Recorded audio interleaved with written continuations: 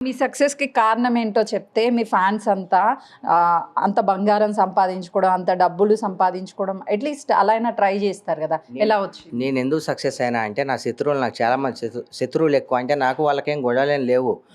నేను ఎలా అయితే ఫేమ్ అవుతున్నా, అరే వీడు ఫేమ్ అవుతున్నాడు, వీడు మంచిగా అవుతున్నాడు, వీడిని ఎలా తొక్కేద్దాం, ఎలా వీడిని చీట్ చేద్దాం, ఎలా వీడిని న్యూస్లో పెడదాం, అంటే ఎలా సరే, వీడిని మీరన్నట్టు శత్రువులని పక్కన పెడితే ఫస్ట్ ఈ బంగారం కొనంత డబ్బు ఎక్కడి నుంచి వచ్చింది? రియల్ ఎస్టేట్ వ్యాపారం చాలా మంది చేస్తూ ఉంటారు, బిజినెస్‌లు చేస్తూ ఉంటారు. బట్ ఇంత బంగారం కొనంత ఎంత డబ్బులు బంగారం వస్తాయా? ఎవరు చెప్పారు? నా దగ్గర ఎంతో బంగారం ఇప్పుడు ఉందని. ఆల్మోస్ట్ కేజీ నేను అంటే ఎంత కాస్ట్ ఒక ఒక చిన్న విషయము, నేను ఎక్కడైనా సరే నేను మెన్షన్ చేసి చెప్పానా నా దగ్గర ఇంత బంగారం ఉందని కానీ, మీరు ఇంత ఉంది కనిపిస్తుంది అని. కదా, మీ ఒంటి మీద బంగారం అంతా కనిపిస్తుంది.